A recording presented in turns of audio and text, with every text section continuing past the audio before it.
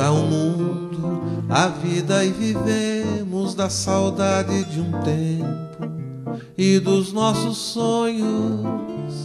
As nossas lembranças são meros passeios nos claros profundos do nosso passado.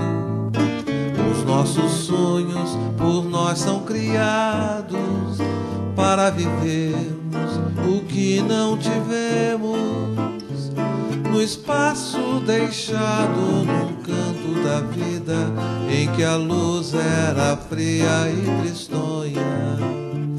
A sombra da figueira abrigou nossos sonhos, a sombra da figueira floresceu a amizade, a sombra da figueira transformou nossas vidas na luta latente em busca de liberdade.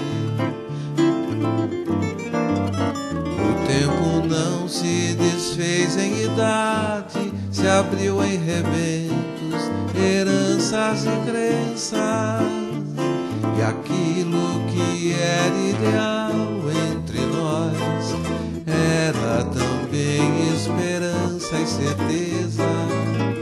A nossa luta restou a ternura, mas endurecemos nos tempos agrestes, e brilha um sorriso liberto, a sombra da eterna figueira da Glete.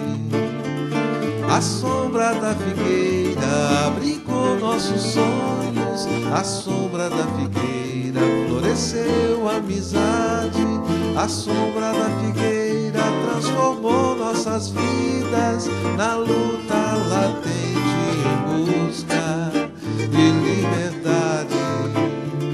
A sombra da figueira abrigou nossos sonhos, a sombra da figueira floresceu a amizade, a sombra da figueira transformou nossas vidas na luta latente